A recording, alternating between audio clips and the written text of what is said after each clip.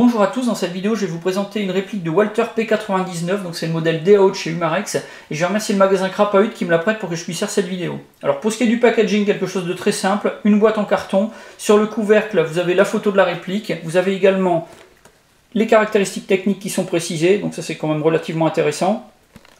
Pour le reste, rien de plus précis, à l'intérieur vous avez du papier bulle, un compartiment en carton qui permet de bloquer la réplique et puis le pack complet, donc bon, un peu basique mais bon, relativement efficace. Donc dans la boîte vous allez trouver une notice, un sachet de billes et puis la réplique. Donc il manque, enfin moi je trouve personnellement ça aurait été bien quand même d'agrémenter avec une tige de nettoyage des bourrages et pourquoi pas une cartouche de CO2 puisque la réplique fonctionne avec des petites bonbonnes de CO2. Ça aurait été bien d'en mettre une pour compléter au moins le kit de billes. Ils mettent un échantillon de billes, ça aurait été bien de mettre au moins une cartouche. Alors pour la notice, très bien faite, une notice qui tient sur une seule page, un peu plus grande que le format habituel. Vous avez les consignes basiques de sécurité pour les répliques d'Airsoft, qui sont précisées d'un côté. Et puis de l'autre côté, c'est tout simplement la notice d'utilisation, donc écrit notamment en français, plusieurs autres langues qui sont employées. Vous avez des schémas, des photos, tout est bien précis, donc vraiment pas de difficulté pour comprendre l'utilisation de cette réplique. Alors pour la réplique en elle-même, on a une culasse métal et une carcasse en ABS. C'est une réplique qui fonctionne au CO2 avec une culasse mobile. Pour le poids, 600 grammes, donc quelque chose qui est très léger. C'est une réplique qui en plus est très compacte, donc elle est franchement très bien. Pour la capacité du chargeur, 15 billes. La puissance par contre, 1,5 joules.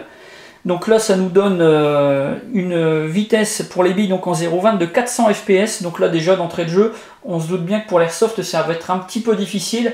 Mis à part une utilisation comme sniper, là on va pas pouvoir utiliser en airsoft. Donc ça c'est quand même un peu dommage.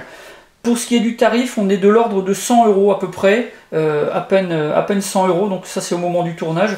Donc je vous mets la fiche descriptive, le lien de la fiche descriptive dans la description de cette vidéo, ça vous permettra de vous tenir à jour de cette information donc sur le site de chez Crapahut. Alors pour la réplique en elle-même, je vais vous la montrer quand même. Donc une réplique qui est franchement très bien faite. On a les marquages qui sont aux bons endroits, c'est gravé dans la masse, très bonne qualité. Les finitions sont très bien, que ce soit sur la partie métal, donc la culasse, ou alors sur les parties plastique. Vous avez une ligne de moulage qui est franchement très discrète, quelque chose qui ne se voit quasiment pas. Alors pour ce qui est de la configuration, c'est totalement conforme au modèle réel. Vous avez un rail à l'avant, donc là vous pouvez mettre des accessoires.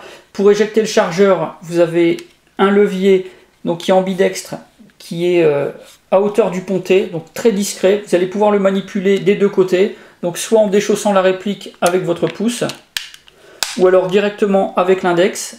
Vous allez pouvoir baisser et puis déverrouiller naturellement donc le chargeur.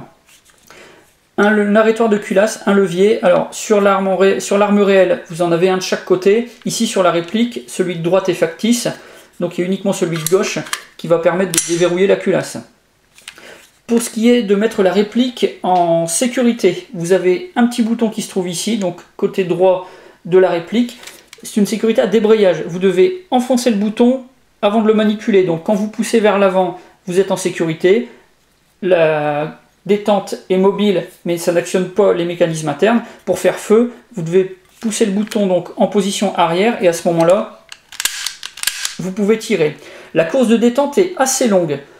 Ça c'est parce qu'il y a le principe du double action. Quand vous appuyez sur la détente, le marteau doit se mettre à l'armée et après il se décroche. Donc vous, quand vous allez presser la détente, vous allez sentir un petit moment, un petit cran. Et là, vous savez que votre marteau va bientôt se décrocher, donc le tir va se faire dans très peu de temps. Donc c'est à ce moment-là qu'il faut vraiment bien verrouiller votre visée pour être sûr de faire un bon tir. Pour ce qui est des organes de visée, guidon, cran de mire qui sont agrémentés de points blancs. Donc là c'est vraiment parfait pour avoir quelque chose de plus simple. Ça vous permet de bien pouvoir aligner. Donc un petit plus. Quelque chose qui est très bien avec cette réplique, c'est le bruit. Quand vous avez déjà le claquement du CO2, c'est quelque chose d'assez réaliste. Mais en plus, avec la culasse métal, vous avez un tintement supplémentaire. Donc ça c'est vraiment quelque chose qui a un très bon effet sonore au moment des tirs. Ça c'est quand même assez sympa. Pour ce qui est du gaz, Donc vous avez une sparklette, donc une petite bonbonne à placer. Donc là, gros avantage, hein, vous n'avez qu'une bonbonne de gaz entamée à chaque fois. Si vous avez plusieurs chargeurs, vous n'êtes pas obligé d'entamer plusieurs bonbonnes, éventuellement avoir du gaspillage. Là, vous mettez votre bonbonne. Si vous avez plusieurs chargeurs, vous les graillez. Et puis, ça vous permet quand même d'économiser des petites bonbonnes de gaz. Alors, pour les installer, tout simplement, on désenclenche la plaquette arrière. Là, vous pouvez placer votre bonbonne. Ici, vous avez la petite vis de serrage. Donc bien sûr, il faut avoir desserré avant. Ça vous permet de pouvoir percuter la petite bonbonne de gaz. À partir de ce moment-là, vous pouvez replacer la plaquette arrière. Et puis votre réplique donc, est prête à être utilisée. Pour le chargeur 15 billes, donc, vous pouvez bloquer. Vous avez un très large cran sur le bas du chargeur. Donc là, vous pouvez remplir votre chargeur donc de toute façon tout à fait classique, hein, avec un BB loader par exemple. Et ensuite, vous pouvez remonter la planchette. Donc sur le chargeur tout métal, mis à part le talon qui est donc en plastique. Alors ce genre de chargeur, néanmoins un petit peu difficile à placer dans des porte-chargeurs, dans des poches prévues pour les chargeurs de taille classique. Là, ça risque d'être un petit peu difficile. Pour ce qui est des chargeurs supplémentaires, il faut compter environ 35 €, il me semble. Donc quelque chose qui est quand même un petit peu excessif à mon goût pour un chargeur qui est aussi basique, hein. Ça reste simplement un petit chargeur métal avec un système comment dire, de ressort. Je trouve que là c'est un petit peu cher quand même par rapport au prix de la réplique. C'est un petit peu disproportionné quand même. Pour ce qui est de cette utilisation plus destinée à mon avis, hein, aux tireurs sportifs qui veulent faire du tir chez eux, puisque pour les airsofters, même si la réplique est abordable en elle-même, le problème c'est sa puissance. Là 400 fps, il va falloir quand même pouvoir trouver des solutions pour l'utiliser, mis à part comme sniper, j'en vois pas. Donc voilà pour la présentation de cette réplique, donc le P99 DAO de chez Umarex. Si vous avez des questions, comme toujours, la boîte de réception ou alors la partie commentaire, ou alors sinon le magasin Crapaud qui pourra vous répondre directement. Donc voilà, j'en ai maintenant terminé, puis je vous dis à bientôt pour d'autres vidéos.